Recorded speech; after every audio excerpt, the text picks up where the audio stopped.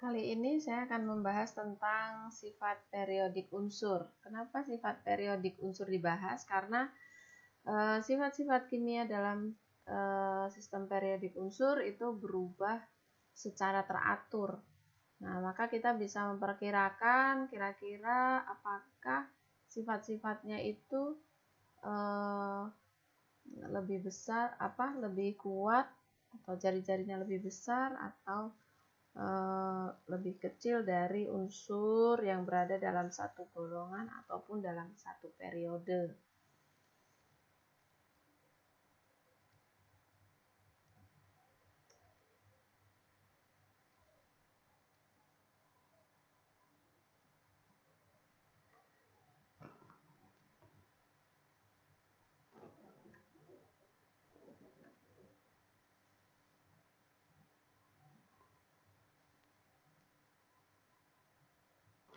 Apa yang dimaksud dengan sifat periodik unsur?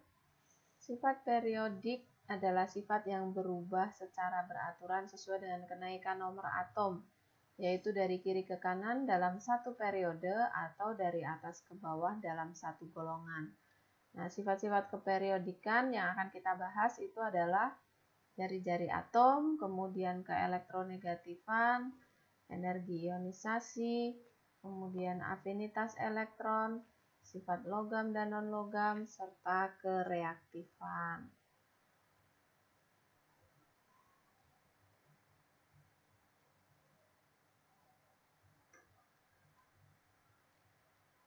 Nah, yang pertama saya akan membahas tentang bagaimana sifat stabil dari gas mulia.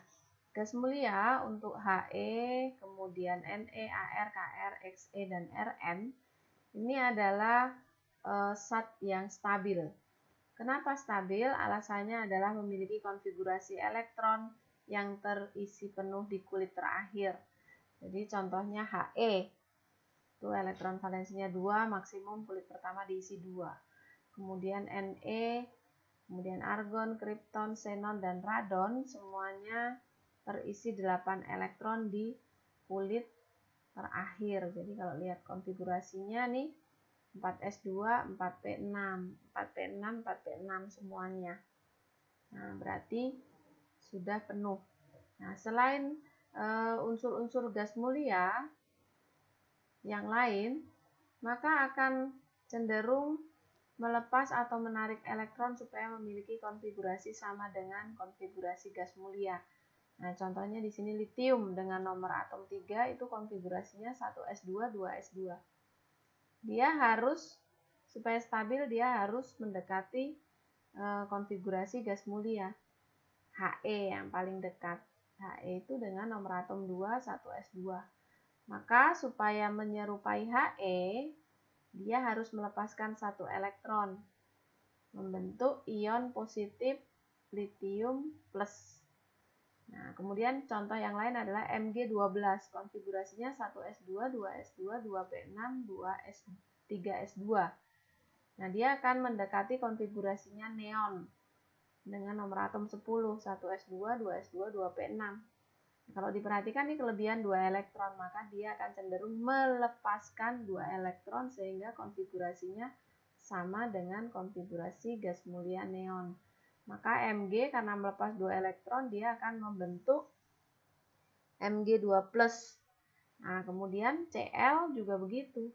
Cl dengan nomor atom 17, 1s2, 2s2, 2p6, 2, 3s2, 3p5. Nah, akan mendekati konfigurasinya argon dengan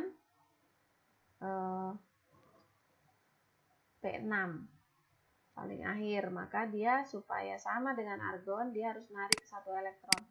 Karena narik satu elektron, maka karena menarik satu elektron, maka dia akan cenderung bersifat negatif. Ion negatif, membentuk ion negatif Cl- karena yang ditarik cuma satu. Jadi unsur-unsur itu selain gas mulia, dia akan cenderung menarik atau melepaskan elektron supaya menjadi stabil.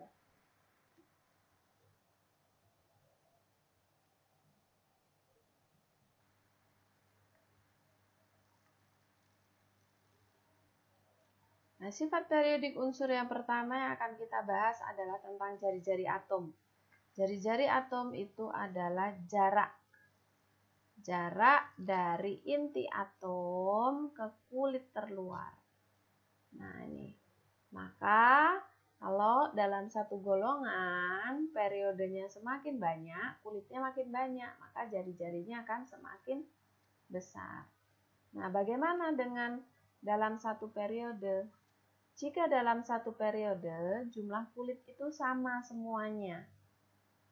Nah, yang berbeda adalah muatan intinya. Kenapa? Karena tambah nomor atomnya, semakin ke kanan kan nambah nomor atomnya, maka dia akan semakin positif intinya. Karena inti semakin positif, maka elektronnya yang kulit terluar akan ditarik semakin kuat.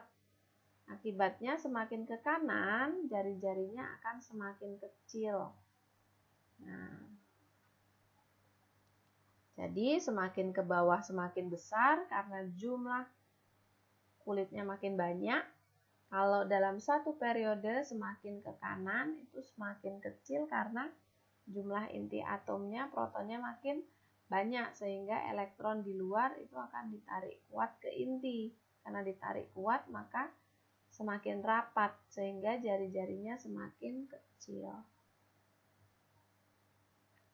Bagaimana kita menjelaskan kecenderungan itu? Nah, ini. Untuk unsur-unsur segolongan, semakin banyak kulit atom, semakin besar jari-jarinya, jelas. Untuk unsur-unsur satu periode, semakin besar muatan inti, tadi protonnya yang positif, semakin kuat gaya tarik inti terhadap elektron, sehingga semakin kecil jari-jarinya, karena ditarik semakin kuat ke inti. Nah, seperti ini gambarnya.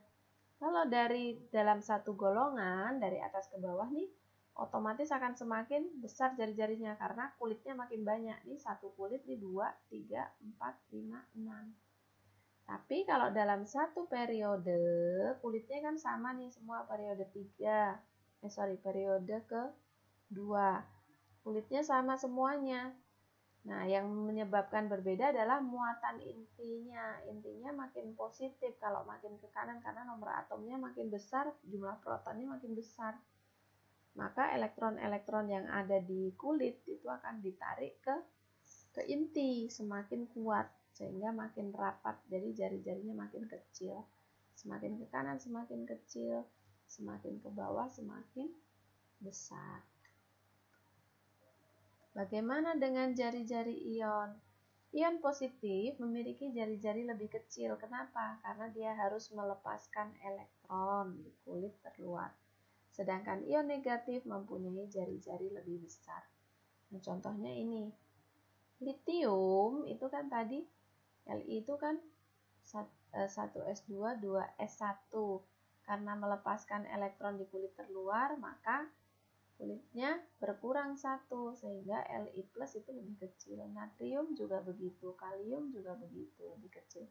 Sedangkan kalau misalnya fluorin, tadi kan klorin ya, klorin tadi kan supaya mendekati gas mulia dia harus narik 1 elektron, maka akibatnya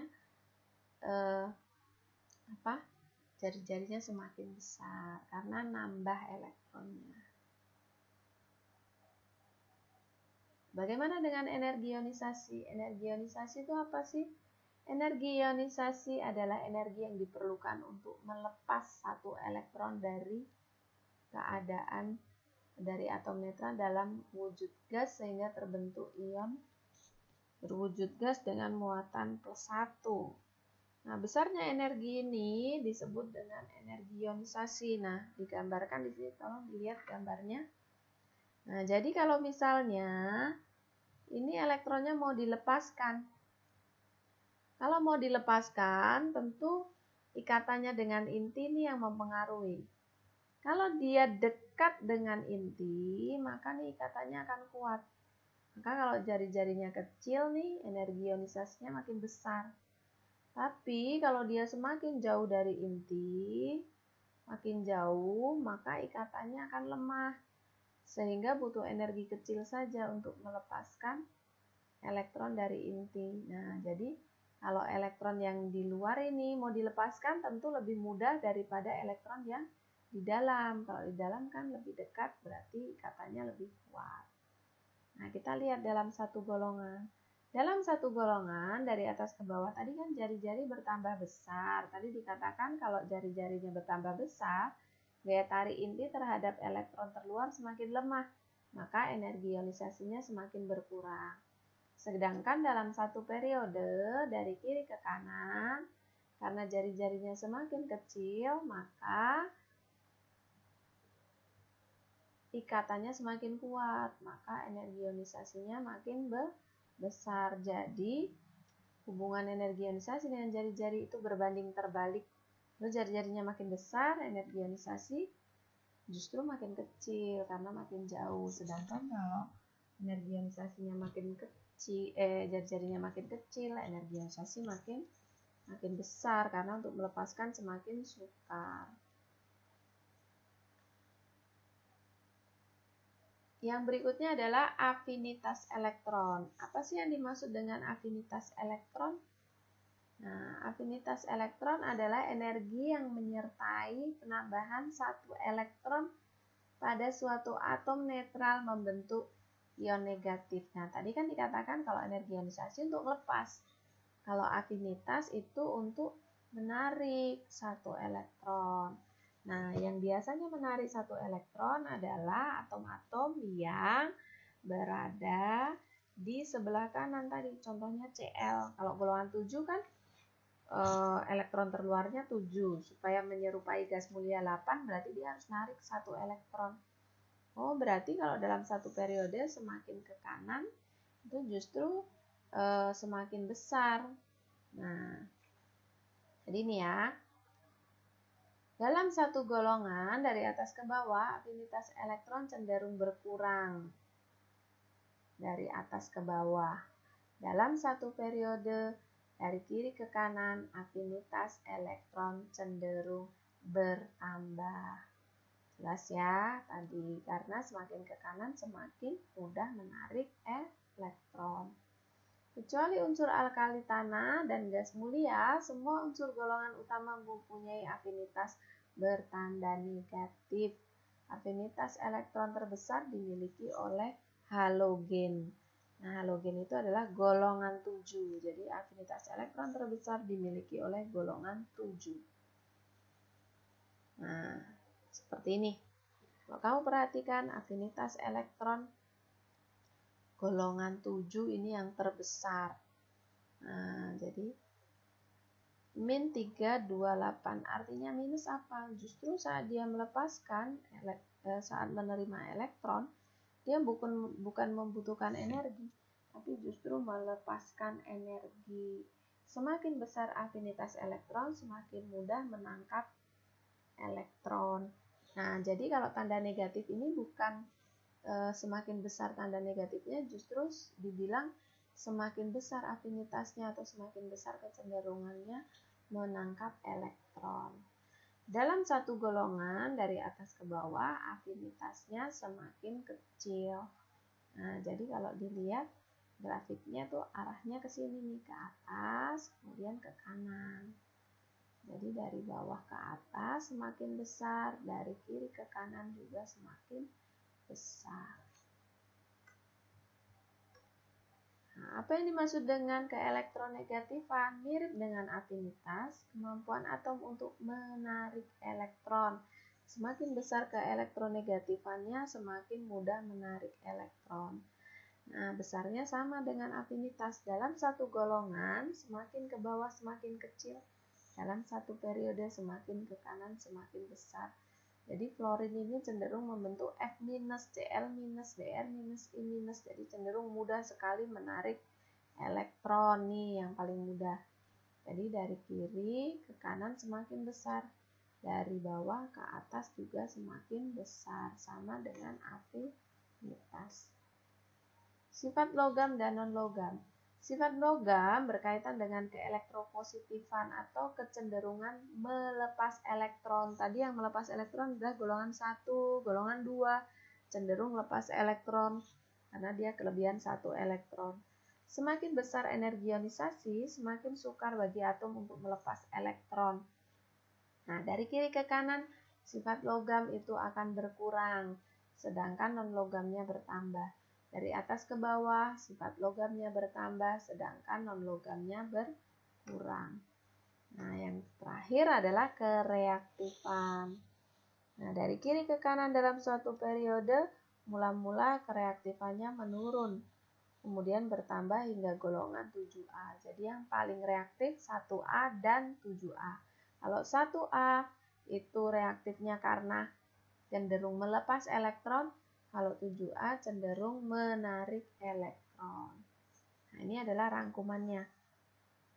Jadi kalau dilihat nih ya, jari-jari atom itu grafiknya semakin ke bawah semakin besar, semakin ke kanan semakin besar. Energi ionisasi dari kiri ke kanan semakin besar. Afinitas juga sama, dari kiri ke kanan semakin besar. Dari bawah ke atas, kiri ke kanan. Kembalikan dari jari-jari. Sifat logam dan non-logam.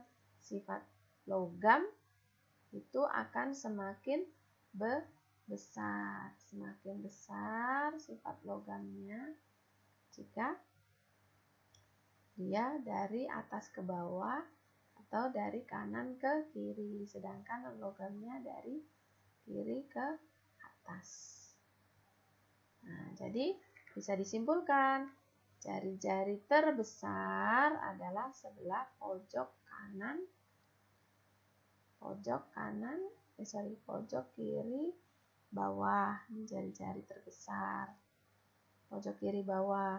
Energi ionisasi terbesar adalah pojok kanan atas. Afinitas dan keelektronegatifan terbesar adalah di golongan 7A di sini. Sifat logam terbesar adalah yang di pojok bawah, jari-jari atom. Nah, misalnya nih ada contoh soal. Manakah di antara unsur berikut X dengan nomor atom 11, Y 17, kemudian Z 37 yang memiliki jari-jari terbesar, energi ionisasi terbesar, dan keelektronegatifan terbesar? Nah, yang pertama adalah buat konfigurasinya dulu. Silahkan menggunakan konfigurasi atom Bohr. Kenapa? Karena dengan konfigurasi atom Bohr itu untuk golongan utama saja. Nah, sifat periodik yang kita bahas ini hanya untuk golongan utama supaya lebih mudah. X dengan nomor atom 11 konfigurasinya 281, periode 3, golongan 1A. Y dengan nomor atom 17, 287, periode 3, golongan 7A. Kemudian Z dengan 37 itu 28, 18, 81, periode kelima. Nah, kemudian Z 28, 18, 81, periode 5, golongan 1A. Jadi X dan Z itu berada dalam satu golongan, sedangkan X dan Y berada dalam satu periode. Kemudian menyusun dalam tabel periodik.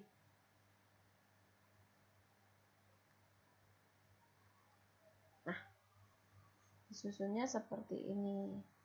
Nah, diletakkanlah X di periode ketiga, Y di periode ketiga, golongan 7A, Y-nya, kemudian Z itu periode kelima, golongan 1A. Nah, kemudian kita buat hubungannya antara jari-jari, energi ionisasi, dan keelektronegatifan.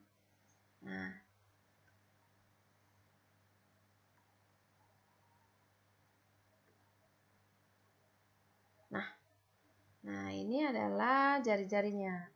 Jari-jari tadi grafiknya adalah harus dari kanan ke kiri semakin besar, atas ke bawah semakin besar. Berarti jari-jari terbesar adalah Z.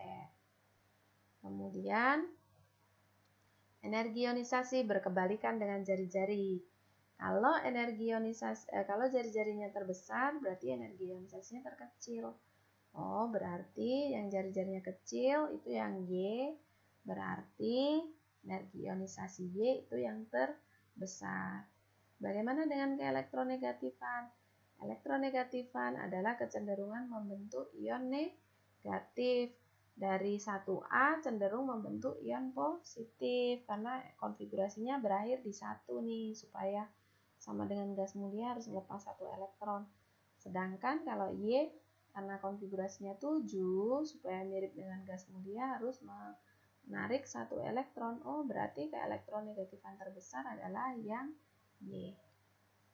Nah, seperti itu.